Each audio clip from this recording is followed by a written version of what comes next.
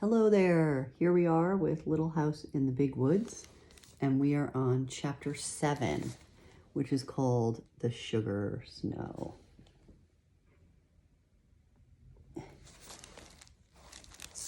For days the sun shone and the weather was warm. There was no frost on the windows in the morning. All day the icicles fell, one by one, from the eaves, with a soft smashing and crackling sounds in the snowbanks beneath. The trees shook their wet black branches, and chunks of snow fell down.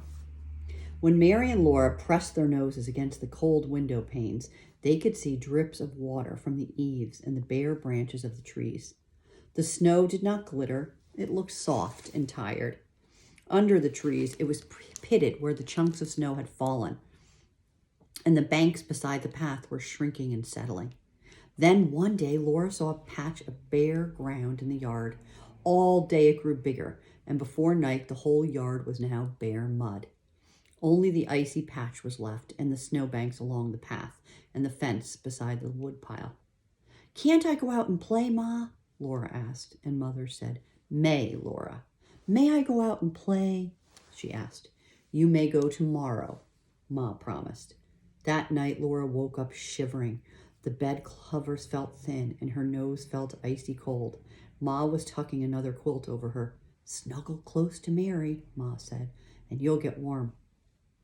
In the morning, the house was warm from the stove, but when Laura looked out the window, she saw the ground was covered with soft, thick snow. All along the branches of the trees, the snow was piled like feathers, and it lay in mounds along the tops of the rail fence and stood up in great white balls on top of the gate posts. Pa came in, shaking the soft snow from his shoulders and stamping it from his boots. "It's sugar snow," he said. Laura put her tongue quickly to a little bit of the white snow that lay in the fold of his sleeve. It was nothing but wet on her tongue, like any other snow. She was glad that nobody had seen her taste it. "Why is it sugar snow, Pa?" she asked him. But he said he didn't have time to explain it now. He must hurry away. He was going to Grandpa's. Grandpa lived far away in the big woods where the trees were closer together and larger. Laura stood at the window and watched Pa, big and swift and strong, walking away over the snow. His gun was on his shoulder, his hatchet and his powder horn hung at his side, and his tall boots made great tracks in the soft snow. Laura watched him until he was out of sight in the woods. It was late before he came home that night. Ma had already lighted the lamp when he came in. Under one arm, he carried a large package, and in the other hand was a big covered wooden bucket. "Hello, Caroline," he said, handing the package and the bucket to Ma, and then he put the gun on its hook over the door. "If I had met a bear, I couldn't have shot him without dropping my load." "Ha, ha, ha." Then he laughed and said, "And if I dropped that bucket and bundle, I wouldn't have had to shoot him. I could have just stood and watched him eat and watch him lick his chops." Ma unwrapped the package, and there were 2 hard brown cakes, each as large as a milk pan. She uncovered the bucket, and it was full of dark brown syrup. "Here, Laura and Mary," Pa said, and he gave them each a little round package out of his pocket. They took off the paper wrappings, and each of them had a hard brown cake with beautiful crinkled edges. "Bite it," said Pa, with his blue eyes twinkling. Each bit off one little crinkle, and it was sweet. It crumbled in their mouths. It was better even than Christmas candy. "Maple sugar," Pa said. Supper was ready, and Laura and Mary laid the little maple sugar cakes beside their plates while they ate the maple syrup on their bread. After supper, Pa took them up on his knees as he sat before the fire and told them all about his day at Grandpa's and the sugar snow. "All winter," Pa explained, "Grandpa has been making wooden buckets and little troughs. He made them of cedar and white ash, for those woods won't give a bad taste to the maple syrup. To make the troughs, he split out little sticks as long as my hand and as big as my 2 fingers. Near one end, Grandpa cut the stick half through and split one half off.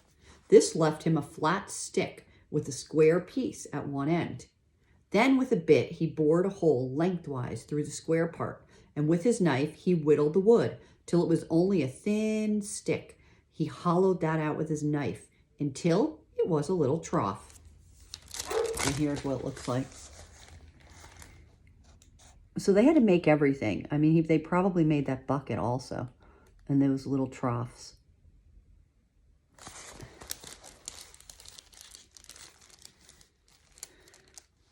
He made dozens of those, and then he made 10 new wooden buckets.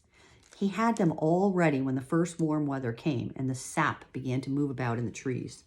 Then he went to the maple woods, and with a bit he bored a hole in each maple tree, and he hammered the round end of the little trough into the hole. And then he set a cedar bucket on the ground under the flat end. The sap, you know, is the blood of a tree. It comes up from the roots. When the warm weather brings it in the spring, it goes to the very tip of each branch and twig to make the green leaves grow. Well, when the maple sap came to the hole in the tree, it ran out of the tree, down the little trough, and into the bucket. Oh, did it hurt the poor tree? Laura asked. No more than it hurts you when you prick your finger and it bleeds, Pa said. And here's a picture. So they made the little troughs and the buckets, and then they stick them in the trees, and then the sap runs out and fills up the bucket. Every day, Grandpa puts on his boots and his warm coat and his fur cap, and he goes out into the snowy woods and he gathers the sap. With a barrel on a sled, he drives from tree to tree and empties the sap from bucket to bucket into the barrel. Then he hauls it in a big iron kettle that hangs on a chain from across a timber between two trees. Okay, so here are a few pictures. This is him gathering it.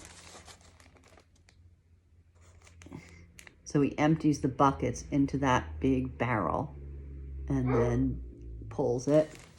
And then what he does is he makes a big fire, and there's a giant bucket hanging from that tree, and he starts melting all the sap.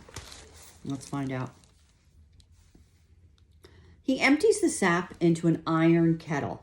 There's a big bonfire under the kettle, and the sap boils, and Grandpa watches it carefully. The fire must be hot enough to keep the sap boiling, but not hot enough to make it boil over. Every few minutes, the sap must be skimmed. Grandpa skims it with a big, long-handled wooden ladle that he made out of bass wood. When the sap gets hot, Grandpa lifts ladlefuls of it high in the air and pours it back slowly. This cools the sap, and it keeps it from boiling too fast. When the sap has boiled down just enough, he fills the buckets with syrup. After that, he boils the sap until it grains when he cools it in a saucer. The instant the sap is graining, Grandpa jumps to the fire and rakes it out from beneath the kettle. Then, as fast as he can, he ladles thick syrup into the milk pans that are standing ready. And in the pans, the syrup turns to cakes. Cakes of hard brown maple sugar. And there's a picture of him with the ladle. It was a lot of work. So is that why it's called sugar snow? Because Grandpa is making sugar? Laura asked. No, Pa said. It's called sugar snow because a snow at this time of year means that men can make more sugar. You see, this little cold spell and the snow will hold back the leafing of the trees, and that will make the sap run a little longer.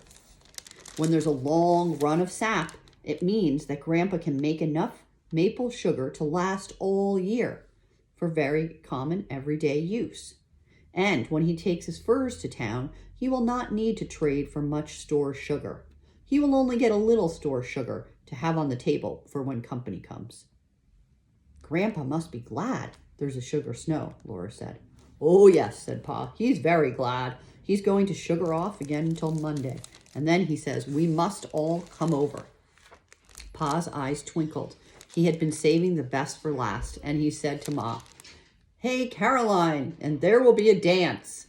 Ma smiled. She looked very happy, and she laid down her mending for a minute. Oh, Charles, she said. Then she went on with her mending, but she kept on smiling. She said, "Oh, I think I'll wear my Delan." Ma's Delan dress was beautiful. It was dark green with a little pattern all over it that looked like ripe strawberries. A dressmaker had made it in the East, in the place where Ma came from, when she married Pa and moved out west to the big woods in Wisconsin. Ma had been very fashionable before she married Pa, and a dressmaker had made all her clothes. The Delan was kept wrapped in a paper and laid away. Laura and Mary had never seen Ma wear it, but she had shown it to them once. She had let them touch the beautiful dark red buttons that buttoned up in the front, and she had shown them how neatly the whalebones were put in the seams with hundreds of crisscross stitches. It showed how important a dance was if Ma was going to wear the beautiful dress. Laura and Mary were excited. They bounced up and down on Pa's knee and asked questions about the dance until at last he said, "Now you girls run along to bed. You'll know about the dance when you see it. I have to put a new string on my fiddle." There were sticky fingers and sweet mouths to be washed. There were prayers to be said. By the time Laura and Mary were snug in their trundle bed, Pa was fiddling, and Pa was fiddling and singing while he kept time with his foot. "I'm Captain Jinks of the Horses Marines. I feed my horse on corn and beans. I often go beyond my needs, for I'm Captain Jinks of the Horse Marines. I'm Captain of the Army." And that was chapter 7.